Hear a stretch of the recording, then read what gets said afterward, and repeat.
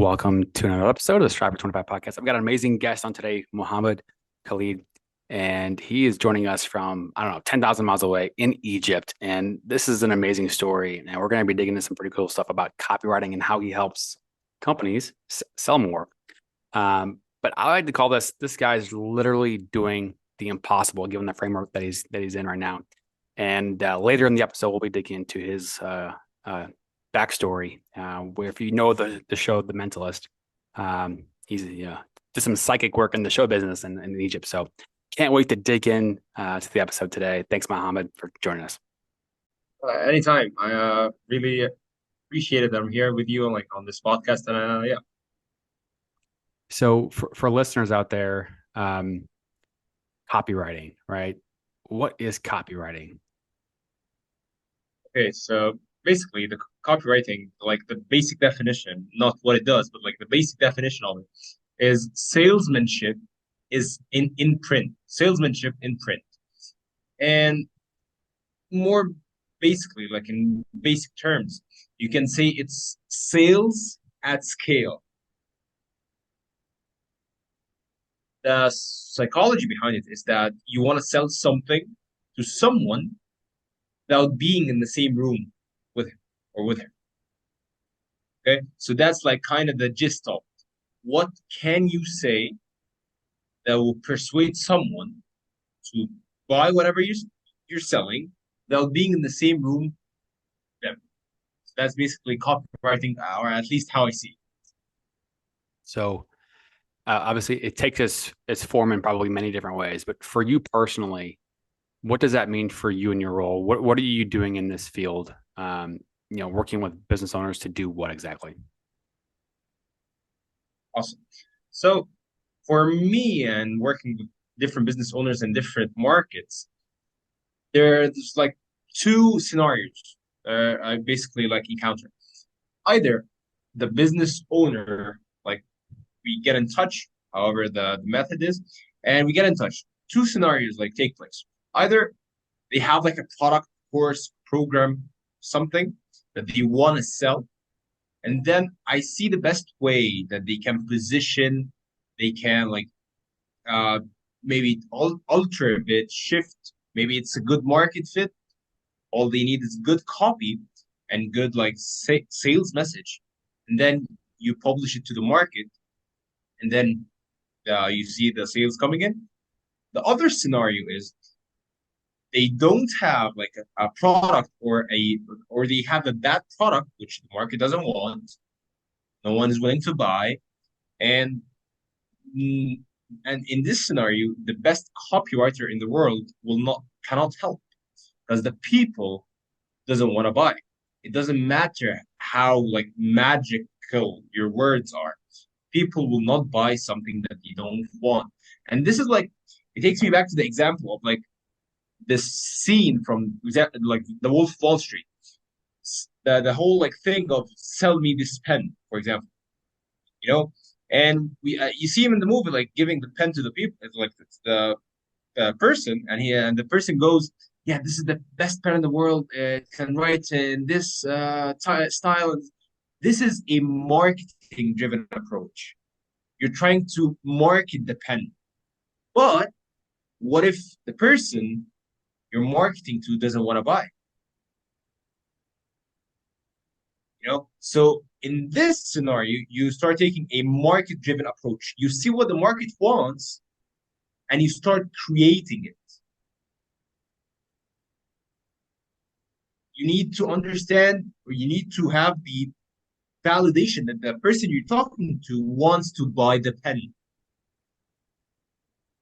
Other than that, the best marketing consultant, the best copywriter, the best whatever will not sell. So these are like the two scenarios that I usually encounter. So just to kind of recap, you mentioned somebody who maybe have a great product, but nobody needs it, right? So that's one scenario that comes into play. And what was the other one again?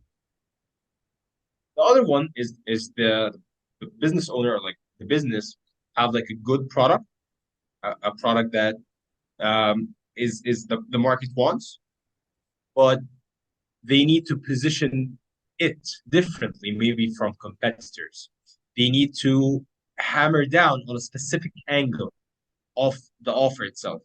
Um, they need to target different people. You know what I mean? So these are all like variables that you need to put in mind when like selling whatever you're selling. So, from a standpoint of maybe a consistent type of formatting or structure that you see some clients and people typically do versus what they need to be doing, can you kind of explain a little bit of what you see a lot of that needs to be tweaked and then how you tweak it to make it more successful? So this like kind of leads to the topic of like the traditional marketing style, or like what is marketing for people, because the most marketing, or like how it goes usually, is create a fantastic product, then fi find an audience, sell product to an audience. That's it. That's what most businesses, like most business owners, do. When it's supposed to be the other way around, like to reverse the whole thing. Find a specific pain first. You need to pinpoint a burning desire, a burning pain in your audience. You don't focus on the product, nothing. That's just the thing that you focus on, the problem, the pain. Now that you're focusing on the pain or the problem of your audience, now you start researching. Okay, so my audience have this problem. How can I solve it? For example, let me give you like a really good example. Let's say, for example, content creation. And there's a trend which is AI content creation. Good. So now, after maybe like um hearing some people, like maybe just hearing this like thing, you start to realize or start to identify a specific problem, which is that AI content is pretty robotic. It's not, it doesn't have that personal touch, or it doesn't have your tone or like your personality in the content itself. So, okay, so you have this idea. What if I create like a software that like can inject the creator's tone or like personality into the AI generated content? For example, like and for example, and you would program it, and it would take certain words from the creator and then inject it, for example, into the AI generated content to make it more personal, to make it more real, to make it more authentic, like it's coming from the creator himself. Now you have a problem. That AI content is very robotic. It's monotone. It doesn't like have this authenticity to it, and you have an idea for a solution. Okay, which is the idea of like automating personalization of content. For example, this is like your solution. Now you go into research and you start like cross seeing if these two solutions coincide or like can work together. And that's all to it. You didn't do anything, you didn't create anything, you didn't spend $1, nothing. You're just thinking. Now you go into market research, you see, yeah. And you see that there's a good fit. People who are creating content using AI are actually complaining about this, are actually fed up with like whatever they have, like the, the the content being generated is it's not personal, it's not authentic. People can see it's from AI. Okay, so now you come up with a big idea. That's kind of the second step. You come up with a big idea, and the big idea has to be like something fast, new, and exciting. When people hear it, yeah, that's exciting. That's like I wanna know more about it. And it's usually like it tackles the pain points of the people, and it presents it in a new way, exciting way. You have a big idea, you start creating like just a mock-up of the solution. Or if you have like an audience, like a Twitter audience, for example, you would go into like uh opening like a wait list for the product. If you don't have an audience, you would buy ads. And then when people land on the checkout page, they see coming soon. They see out of stock or whatever. But you're gauging demand. You know, you see if there's a demand on the thing that you are or like want to create instead of like spending days, hours, weeks, months, and money creating it and it flops. So I think I gave like a very like detailed event. Okay, so and for those out there listening, we've gone down in this kind of lane of process and strategy with Mohammed, and the tagline on Twitter, right, is very specific that you have out there. So, can you share where people can find you online, Twitter, and then also kind of more about your bio? Yeah, sure. My Twitter handle is I am Mohamed Khaled, MohamedKhaled. And yeah, you can find me there. You can follow. You can DM me. And my like tagline is reverse marketing, and I help people, business owners, course creators, coaches, just validate just the process that I said, or like the process that I just explained, validate the profitability of their idea, whatever it is. And if it's not profitable or if it's not valid, how can we make it so? So we act upon it and actually see the sales coming in. That's I see that as the most important step because most people spend days, weeks, months creating something that no one wants. So that's like kind of the problem. So yeah, that's it. Months, spend months on something that Yeah, man. nobody wants. Man, man, oh man. So, continuing down this lane on this specific example with the AI, right? Once you've got that part figured out, you think you've got a viable product, a viable audience that has a need, and you have a solution, this big idea that you mentioned. Can you kind of go down the path of how you see people try to market or create that traction and awareness for the product versus what they should be doing to get, how would you explain that? Or what are the options that you see out there that you can help somebody, create the right copy to get sales?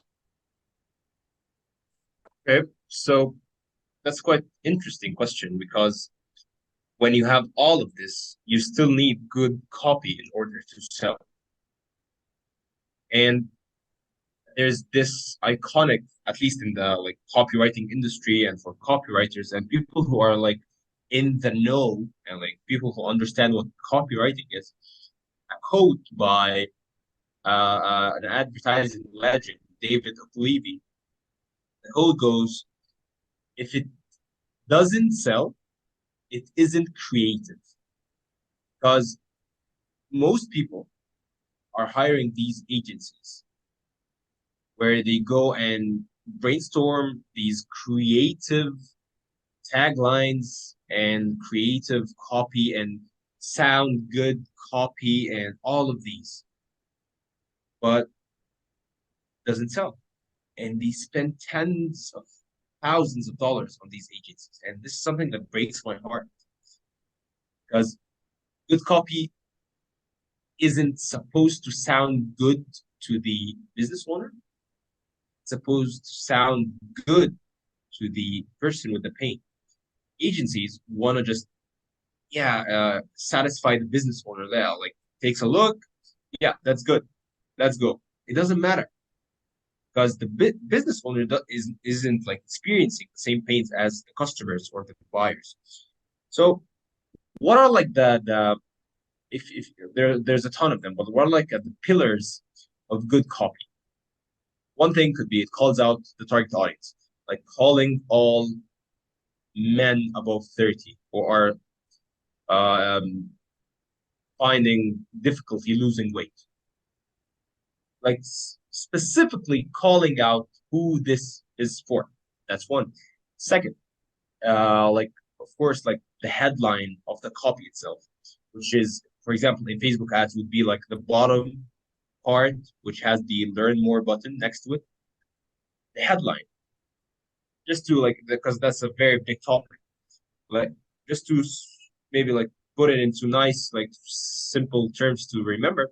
I have this like uh, acronym NBC, NBC, like the channel. So, and I always have it in my mind when creating headlines. So N stands for new, benefit, and curiosity. These are like What was the last word? The important C, the C is elements. what? Curiosity. Curiosity. Okay. Yeah. And these are like very like general. I would say general because headlines go much deeper than this. But these are like much like general guides that you must have in a good headline. It must like at least imply that there's something exciting or new about the solution that you're providing. There must be a direct benefit or an implied benefit, and it must evoke curiosity in some way. It must the person who's reading the headline must think to himself, okay, I want to read more. How like or at least get them thinking. At least it opens an open loop that needs them to read more in order to close it. That's one very like mark of like good copy. It opens like these questions in your mind, and then it answers it answers them by opening another question, and so on and so on and so on, like getting you to read the whole thing. That's like a great quality of good copy, copy that sells. Because copy isn't supposed to be creative. Copy is supposed to sell. And selling is the most important like factor for any business owner or any business that he should care about. That's it. Selling, sales. That's it. And again, like these agencies are just like, yeah, let's do this catchy tagline. Yeah, let's put this and that. Yeah, that rhymes. That'll be good, you know? No, no, no. It doesn't work. So yeah, and then throughout the copy, the lead like the body copy should do three things, like have also like three qualities. It should evoke emotions, like have one specific emotion that it would target and kind of like bend or like have the person feel, whether it's pride, jealousy, status, fear. You need to have like an angle for your body copy, and then it the body copy should make make it very clear who this is for. If you're selling to everyone, you're selling to no one. Okay, so yeah, this is for X who's have X problems. If this isn't you, please stop reading. You will not do any good for attracting or getting people to buy who are not like suffering from a certain problem or like have a certain problem, because there will be like bad customers when they buy and they find it's not like for them. Hello to bad reviews. You know what I mean? Exactly. So this is like the second one, like to say specifically who is this for. And the third part is logic. You need to give them the statistics, the numbers, the but emotions like maybe probably like the most important one of these three. And then like the last part, which is also very important, which kind of like closes the deal, which uh, is made up of the offer, like what are you offering, like how are you providing more value than the money I'm paying, and this is like another big topic. Like just the offer has to be like more valuable than the price you're asking. Second part is, and these are all like just injecting your offer with the steroids, and these like steroids are like guarantees, unquestionable proof, like testimonials and what are others are saying, and radical transparency, like being as radically transparent as you can.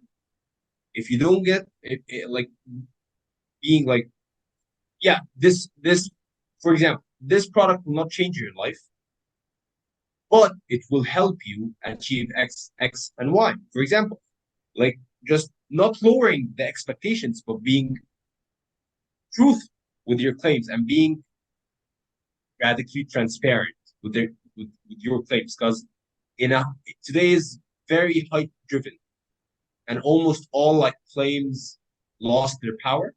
So an understatement actually has more power than an like a hypey claim. I hope that makes sense. Yeah, yeah. So two things. One, is there a certain kind of example of a product or an agency or something that you're able to craft the right copy, the offer that comes to mind? And then I pulled up your Twitter. So one that I remember reading maybe a couple of days ago that just caught my eye because I'm a numbers guy and I saw numbers and zeros like, oh shit, okay, what is this all about? Um, yeah, does something come to mind in terms of like executing a certain type of delivery of that messaging?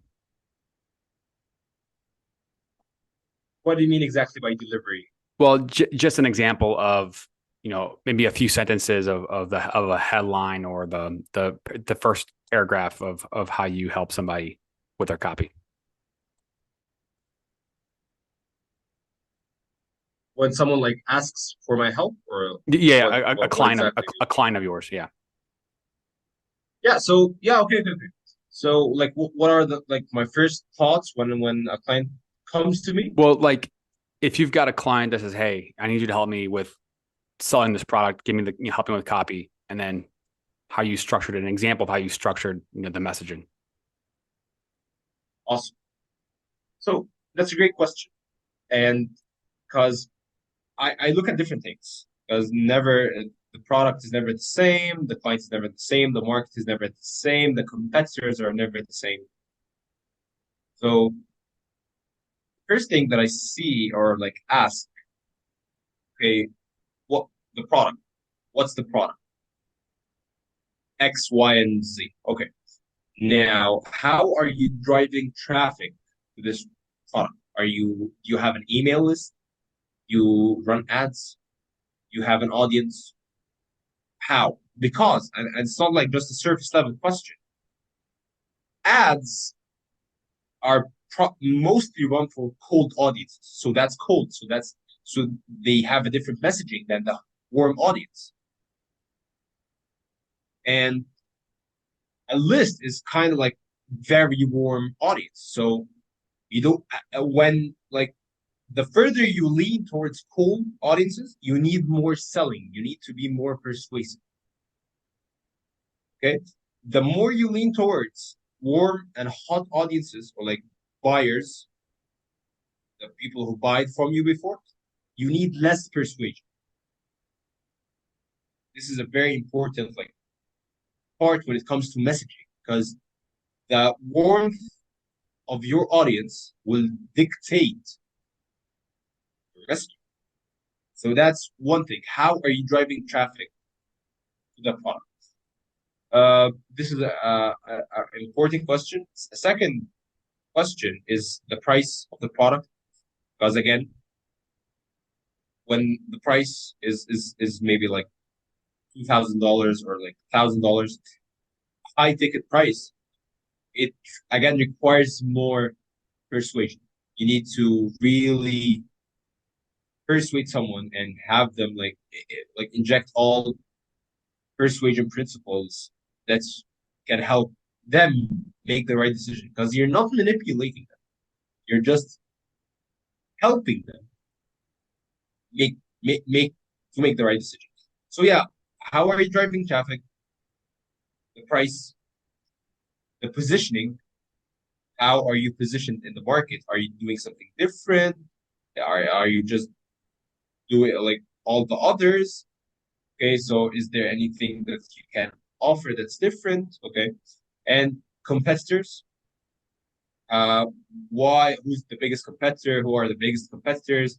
Why aren't they winning? And like just to see the competitors and what they are doing, so we can like kind of do the opposite of that and like catch an unfulfilled market. Because when one like there's this like I don't know if that's like the thing you can tell me, Joe. It's a seesaw, like this seesaw. It's a seesaw. Yeah, The kids yeah. play all like yeah. So markets kind of act like a seesaw. And thing is, when you see like Pepsi versus Cola, uh, Samsung, McDonald's versus Burger King, there's always two big guys fighting. You know why there are never three like big companies fighting? Why are there never three? Because when one part, like one big company or one like let's call them like a gorilla, one big gorilla conquers one end of a market, that opens a demand on the opposite and parallel side of that market. You see, when McDonald's like focused on like okay, kids, let's target kids. Burger King focused on adults, and the campaigns they did. That's like just a case study. Like if you can search them and see them, you will see that they focused on different areas.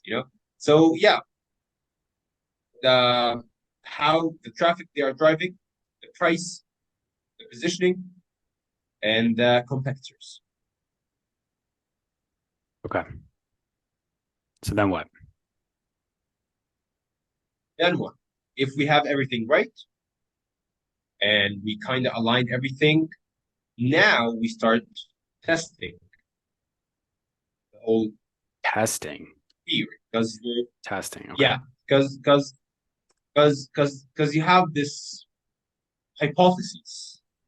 Because in marketing, nothing is like certain, but you can be as certain as possible. And you start testing the idea, the hypothesis behind the market research, behind how good the idea and how good the product. Because one of the best marketing strategies by far is having a great product. If the product itself is better, you don't have to do a lot of marketing. That's another thing. So it's like all these variables, and then you start testing. For example, doing a soft launch if you like have an audience, an email list, or you start testing on Facebook ads, like spending 20, 30, $50, or like $10 per variation per ad, and you have 10 variations, that's $100. And you start seeing what angle is working, what's not working. Oh, that worked. Why did it work? Okay, let's double down on this. And now you start scaling it, putting in more money so it can produce more money. That's it. How long of a time frame do you think you see companies take or clients take to cross test, different copy and ads? Week, more or less. Which, yeah, like more. I was the answer like was like maybe like a week, but from my like, there's this thing that says like if you don't get sales in the first like day, 2 or 3 max, then there's something wrong. Like in the first couple of days, if you're targeting for sales, for example, if the ad campaign is the objective of the campaign is sales, and you don't get any sales for the first 2 3 days, then there's something wrong. Is there a certain campaign that comes to mind of something that didn't work versus then you tweak something and did work, and try to kind of give an example of that? Well, like all the campaigns are like I'm not like a big Facebook guy. I'm a copy guy, but like the campaigns that a business should run, and that's a mistake, like or something that I see that breaks my heart again for business owners, is that they run awareness campaigns, they run views campaign, video views campaigns. No, like So run. I was gonna say Yeah, go that ahead. if you've got, let's just say you've got three different ads that you're gonna test out, does the different Okay, copy come into play for each type of an example of an ad? How you structure the message? Is that where you're, like, where do you come into play in trying to craft the different angles like you mentioned?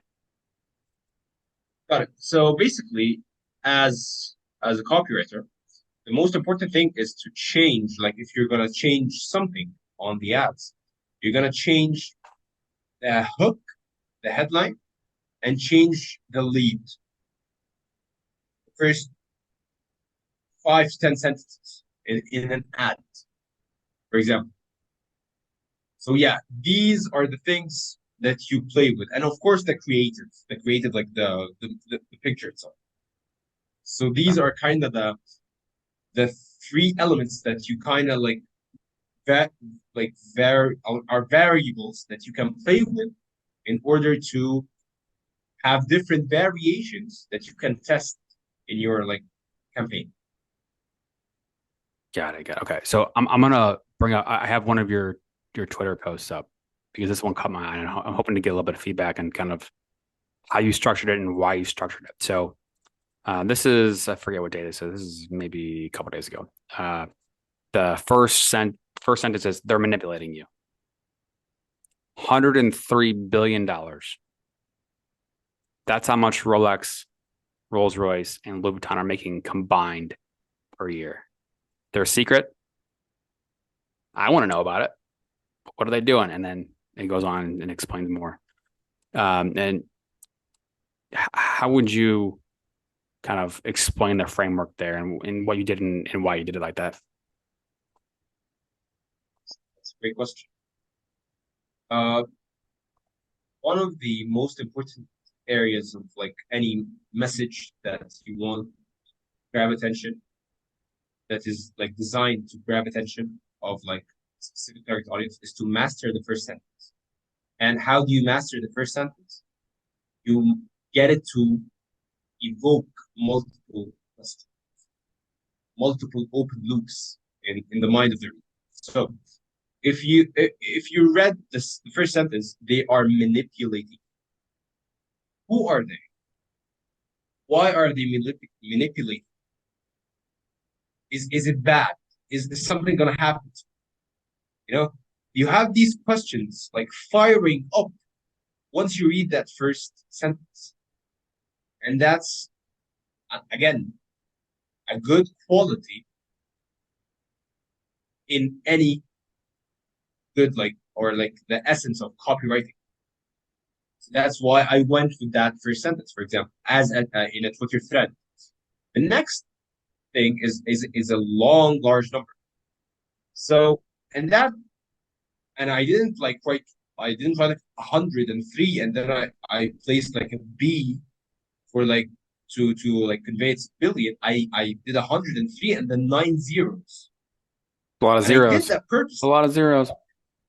Yeah, exactly. And I could have taken it a step further and actually had the exact number like 100 and 100,000, 502, like and that comes from something. It comes from specific, being specific, showing how big the thing is. Like, don't tell me, show me. And I of course I cannot show them like 103 billion. Maybe Jeff Bezos can do that, but like you do your best as a wordsmith to actually convey the message that you want to convey. And specificity is one of the elements that you can use, like having the number just there in their face. Being ultra specific is very important in your message. And the next line is just uh who like just closing the open loop of the first two sentences. They are manipulating you. Who are manipulating me? Rolex, Rolls Royce, Louis Vuitton. And now, okay, these are manipulated, but they are not selling. You're telling me they are not selling bags, cars, watches. So what are they doing?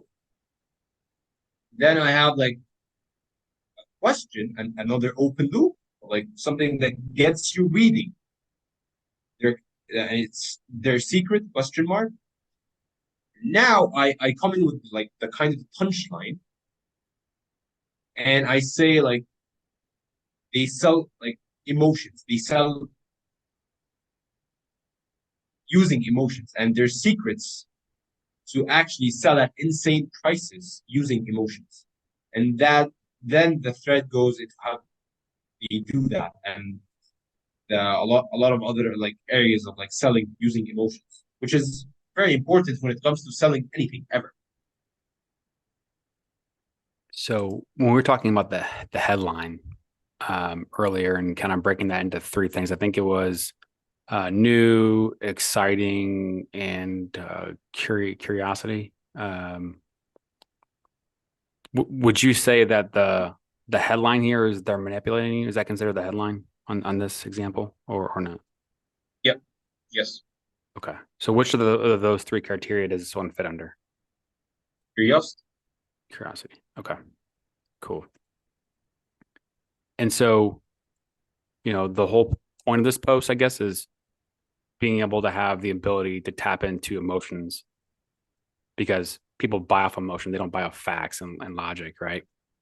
So for you to put this post out there, and again, what you're trying to do on Twitter, you're building your audience, you're adding value, you're creating content to be able to create curiosity and help people on their own mission to whatever it is they want to do in terms of helping their businesses. But for you, what was the purpose of this post and what's the end result that you wanted to get for this post? The purpose of this thread was to educate the readers or educate like my audience on how they can use emotions to sell their service, their product, whatever you want to sell. And just referencing and showing by example, like kind of what you say, the big guys, Louis Vuitton, Rolex, and Rolls Royce, and how they do it and how they leverage emotions because they are selling at insane prices and people are buying. Why do you think is that? Not because of the quality, not because of the, the salespeople in the stores. It's because their product equals status, for example. So yeah, That's awesome. That's awesome. And we can dig into probably, a lot more of these, but I want to kind of go in a little bit of a different direction because as I highlighted in the kind of the intro, you're in Egypt. So you're literally doing the impossible right now because, I, you know, um, English is not your native language, right?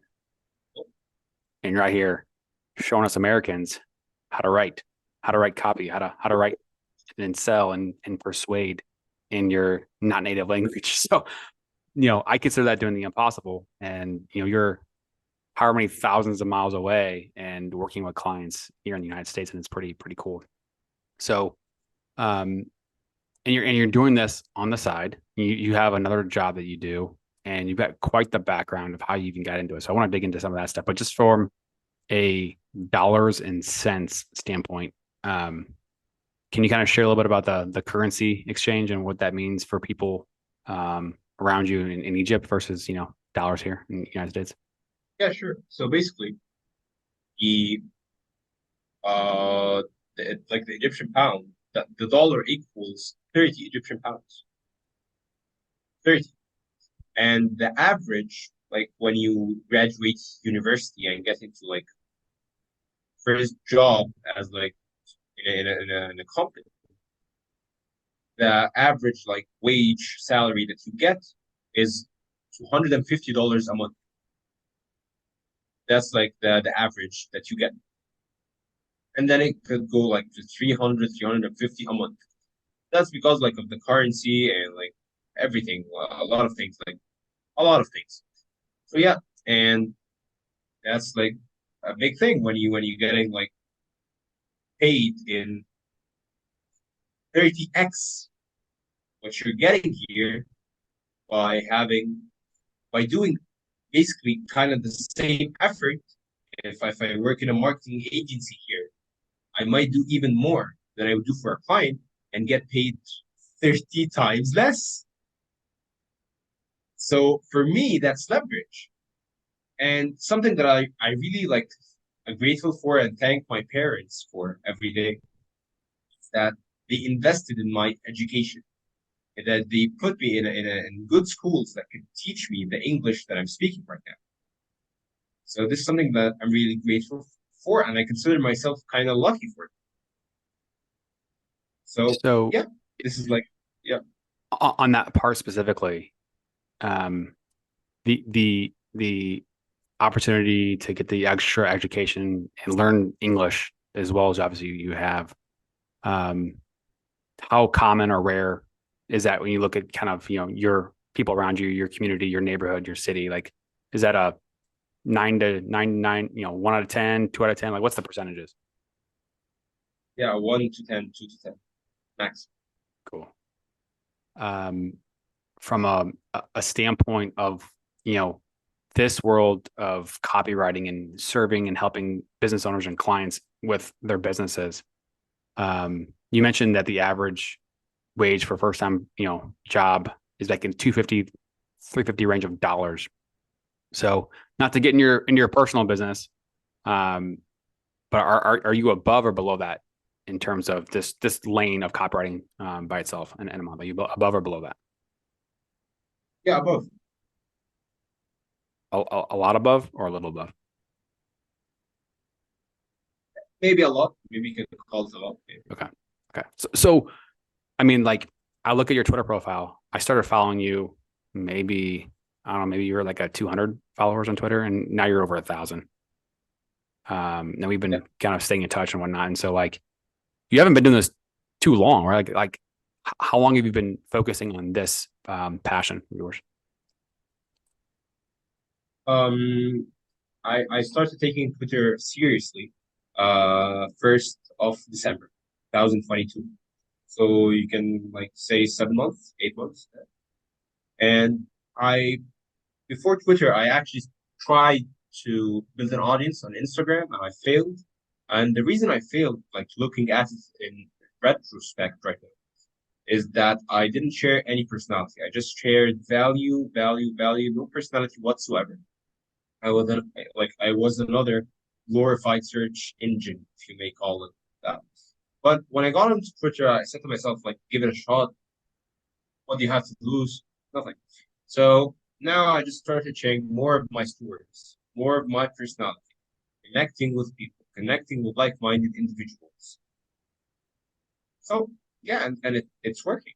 I kind of understood the audience building game when I'm not a content creator at all, at all. I'm not a content creator at all. I like kind of learned on the job, if you may say that.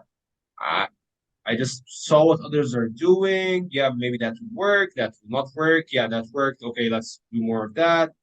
Patterns, like I kind of identified what's working. How can I extrapolate that and do more of it? Maybe I can do that differently and so on.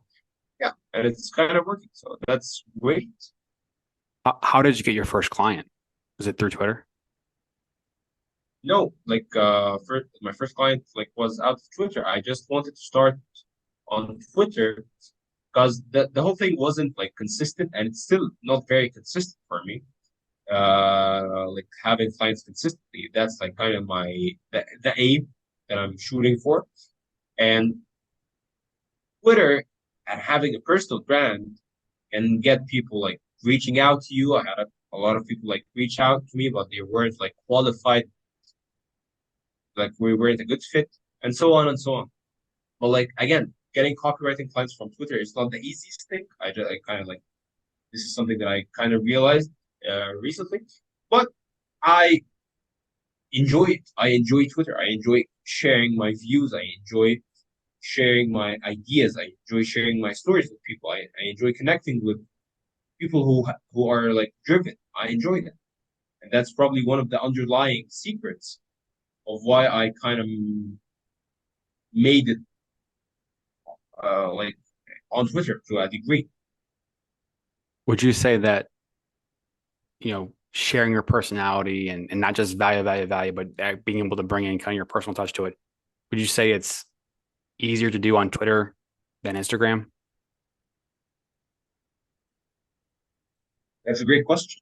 Um, I think I think it depends on the medium of publishing you enjoy more. Gotcha.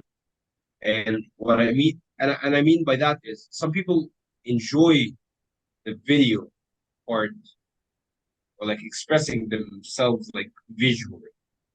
So yeah, Instagram would be a good fit for them. I enjoy like expressing myself in writing. I'm better that way, you know? So that's why I kind of flourished on Twitter. Or like I feel myself like I'm doing okay there. So I think it depends on the medium of publishing you enjoy. No, that definitely makes sense. Um, in terms of just frameworks or structures, I mean, when you go into a day or a week, what are some of the goals that you have in terms of putting content out? Is it a thread a week and then comment? Like what type of things do you want to be able to accomplish every week in terms of building your brand on Twitter? What are the cadences or the types of things you want to do in terms of number of posts and comments and all that stuff? But when I started, I under under 1,000 followers. Most important thing is like twofold. You want to like engage with big accounts, and you want to network with people. You want to build your circle. Find three, four, five, six, seven people who same follower count and that you want to like grow with, and you decide together that yeah, let's grow together, and that's the way. And then you engage on their bigger accounts. Then threads in the beginning will not do much because you don't have any traction. So you focus on having a target audience and maybe being a little bit more broad with your audience, with your content. And yeah, that's kind of the way to go in the beginning. And then I don't have like specific goal, honestly, even until now. The only metric that I kind of held up probably every single day since I started Twitter is like tweeting 2 to 5 times a day and trying to vary these tweets between like personality, value, and polarization. That's it. So value, can you repeat that again? What were those categories? Personality, value, and polarization. Okay. So when you say polarization, can you give an example of like something that you've done? Sure, sure. For example, like I tweet a bit about like writer's blocks for the week. Writer's block is for the week. That makes some people angry because you're attacking a concept that they believe in. But here's the thing: I attack it for the sake of attacking it, like just because I enjoy it. But the smart way or the smarter way to go about it is to attack a concept that threatens the existence of your target audience. For example, if my target audience were copywriters, and if my target audience were copywriters, what's one thing that threatens their existence? ChatGPT, for example. So I would attack this day in and day out. Attack ChatGPT. Yeah, Okay. like just throw rocks at their enemies. You know what I mean? But basically, polarization is basically just uh, having a concept, maybe an idea that you just uh, attack. So you attack a specific idea or concept or like trend, something. So who would you say is your target audience? The target audience would be business owners who are struggling with getting sales at scale. If they are using Facebook ads, you're using Google search, you're using funnels, email marketing. And I specialize in long form sales pages. That's kind of the thing that I specialize in. And but like today, copywriting in of itself is not enough. You need to understand funnels. You need to understand email marketing as a copywriter. You need to understand all of these things because all of these things come together to build a profitable business. So yeah, but like as I specialize in long form sales pages, but I also know how to run ads. I know how to do emails and all. But my target audience are people or like business owners, mainly like for example, who have a course, a coaching program, an info product that they want to sell, or or want to build from the ground up, or they have one already, but it's not selling as well. So if somebody has an audience with a need and you have a product that you can offer to fix and help their solution, are you saying that Yeah, start to finish, the funnels, the ads, the copy, that's something that you and your team can take care of a lot of that stuff and make it easier on a business owner if they need help? 100%. Cool. Cool. So if somebody wanted to ask you questions about that, should they reach out to you on Twitter, or what's the best way to get a hold of you? Yep. Yeah, sure. You can reach out to me on Twitter, or if you're not on Twitter, you can send me an email. It's can I say like Yeah, please, my please do. email? Well, let's do Yeah. your So handle again. So it's I am Mohamed yeah, Khalid. yeah, yeah, Okay. exactly. I am then capital MOHA MED, then capital KHALED. And my like business email is contact at MOE, copywriter.com. Cool. Cool. So I'm gonna go kind of uh, in a different direction in a second, but is there a scenario, or I'm sorry, a tweet or a messaging or an idea that is like the most memorable that stands out? Like, hey, I love that messaging, or I love that copy. Is something that stand out in your brain about that? Something that you formed in the past? Yeah. There's this ad that like I really love. It's the ad the headline of it like it's called "The Lazy Man's Way to Riches" by Joe Caraba. And when you just read this ad, when you just read this ad, you will understand what good copy is and what radical transparency is. Radical Like it's for me, transparency. it's Damn. Okay. yeah. When you read just the first couple of like lines, paragraphs, you will immediately get what radical transparency and why it is attractive and why does it work. So if somebody, okay, so that's a book. Is that what you're saying? That's a book. No, it's an ad. It's an ad. Okay. Okay. Cool. So kind of Very going, old, say it again.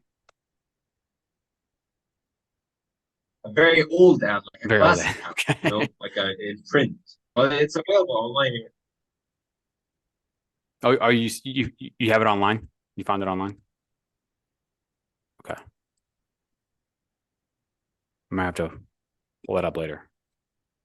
But kind of back to your story.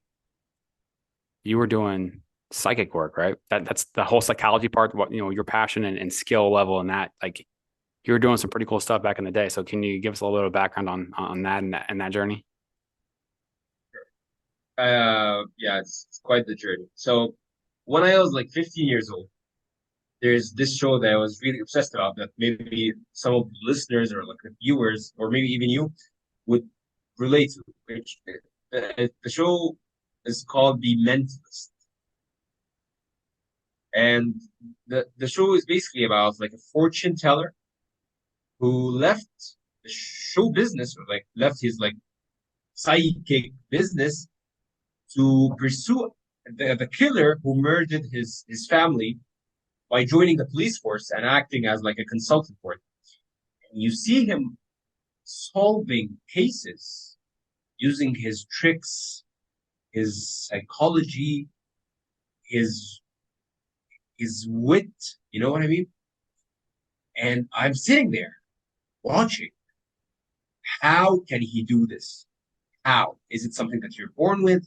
Is it a skill that you learn? How can he do this? I want to be like him. Okay. And that kind of dragged me in a rabbit hole, if you may call it that. And I first learned like magic tricks. Like I got like some very like not so good like low quality cards from the shop next to my house. Started learning magic tricks, and then as I progressed, I learned like the real stuff. I connected with a lot of people in the industry, underground people, and the principles, the psychological principles I understood. And then I started performing in front of like hundreds of people, open mic nights, in the street. I did perform like every single day. Like mind reading became like something of like my daily routine, if you may call that. But it's all psychology. It's all me making you believe that I read your mind. That's it. Making you believe that I read your mind. I don't read your mind. I just make you believe so. So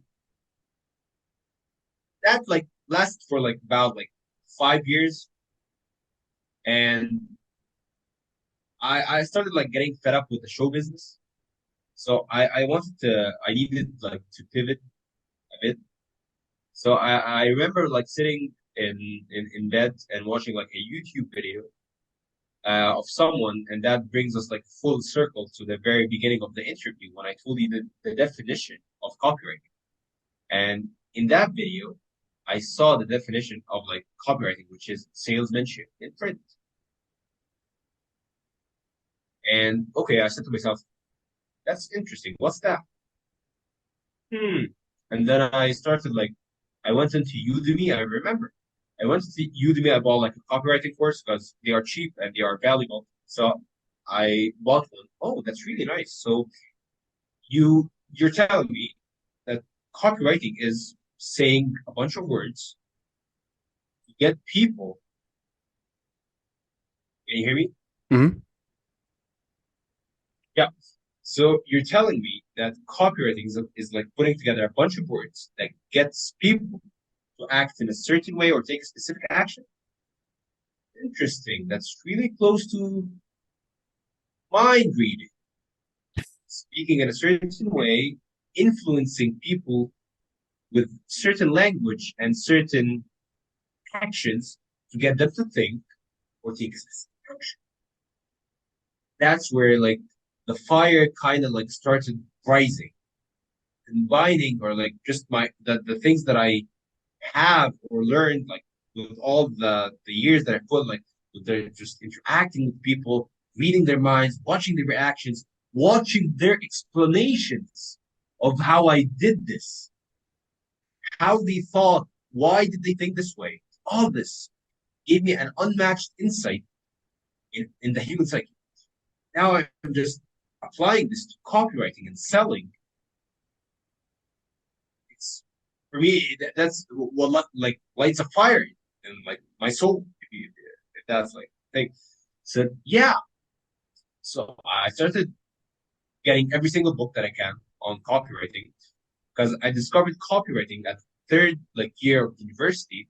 Got every single book for third and fourth year of university. I only like studied copywriting books, 50 plus books on copywriting and marketing in the 2 years. And then I did like the year after that, like after I graduated, I did 1 year of military service. And with the military service, I was working as a tennis coach because I'm a professional tennis player. And the, in the military service year is the year that I tried to build an audience on Instagram. It didn't work, and I finished the military service. Uh, 1st of December. That's when I started taking Twitter seriously, and I'm now more free. Because like the regular day for me past year was like waking up at 6 a.m., finishing the military like service at like 2 or 3 p.m., going to the club and like eating something really fast because I have sessions, tennis sessions from 4 to 10 p.m. Oh, damn. So yeah, this was my year, like 2022. This was my year. Yeah, getting like what, 4 hours of sleep, 5 hours of sleep. Yeah, something like that. So this was my year. Yeah. Yeah, I honestly I don't know how I did it, but I did. Uh, and then 1st of December, I'm done with everything. I still coach tennis because I honestly love it. I'm like a 15. I play tennis like for 15 years now, and I still coach tennis. And yeah, and here we are on a podcast.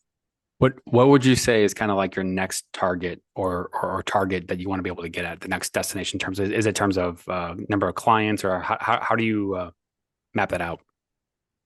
Yeah, it's really simple. I wanna like work with clients, but I don't have a number of clients in mind. I have like two metrics: freedom to do whatever I want, whenever I want, with whomever I want. That's the first metric for me.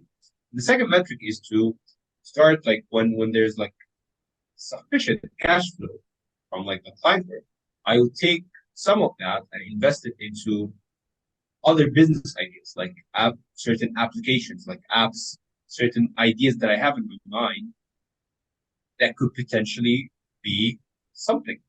So yeah, that's the kind of the plan, like to take some of the cash flow into and just invest it into other ideas that I have. If there's somebody out there that's listening, first off, this far into it, because I mean, this is like the stuff that we're talking about, in my opinion, is like the oil that keeps the car going, right? Like if you have a business, if you're not selling, if you're not able to capture your audience and find what their needs are, your business isn't going to survive very long. So if somebody 100%. wanted to be able to get into this, in this world of copywriting, right? You mentioned the number of books that you've read. Is there a couple books that would stand out that you would say, hey, this is be a good first or two books to start reading to get into the field? Yeah, 100%. I have my after like reading a lot of books, anyone wants to start um copywriting, these ebooks will give you probably everything you need. And but these three books in this order.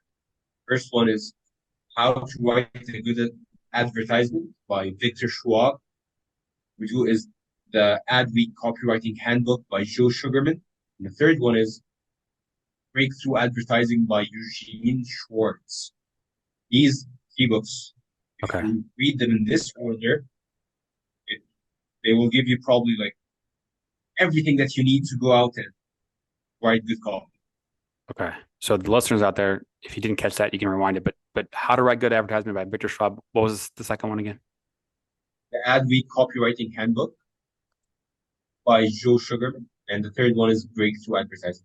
And one thing, like, of course, because reading isn't like real life, one thing that I like that kind of helped me with like understanding what is good copy is um looking at like the structures of like classic advertisements. Because when you read a lot of the when you read a lot of the classic advertisements and how they sold, you start to recognize a pattern. And then you start like, okay, they do this first, they say this next, they frame this way. You start creating this pattern of like psychological trail that they kind of build with their words for the potential buyers. Once you understand that, you can it doesn't matter. You just put the right words in this trail, that's it. That's awesome. So last thing, and we've taken up a lot of your time. Um, I'm enjoying it. goals, goals for 2023. Is there something out there that you want to be able to accomplish before the end of the year? Maybe like, yeah, one goal to double down on getting clients consistent. Is there a certain thing that you would say, hey, this is the one strategy or the one process that's going to enable that to happen more often? Is there something that you're working on or trying to do to be able to increase? Not at the moment. I'm trying multiple things, and I've yet to find the magical strategy, the magical method that would allow this to happen. But not giving up. Is there I'm is there anybody that you know of in your community that's doing something similar as you that is out, basically providing a service and building a business, you know, across country lines like that? Yeah, there's a lot of people that I'm like friends with on Twitter that are doing the same thing and aiming for the same goal. And most of them like can fall like uh, um, different countries, like Egypt and other countries. Yeah. But yeah, there are a lot of people that I know and connected with on Twitter. Yeah. And it's like you've done all the things you accomplished in such a short period of time. If you just roll the clock forward a year, two, five, the results are going to be there. The results, massive results. 100%. Like you're gonna be the first to know. So Hell yeah. Hell yeah. Well, Mohammed, I can't thank you enough for sharing your insights and giving us some good frameworks for this copywriting world. But we'll have to have you back on again anytime, down the road, and we'll talk soon. 100%, 100%. Cool. Thank you for having me. I really enjoyed it. Absolutely. Absolutely. Talk soon.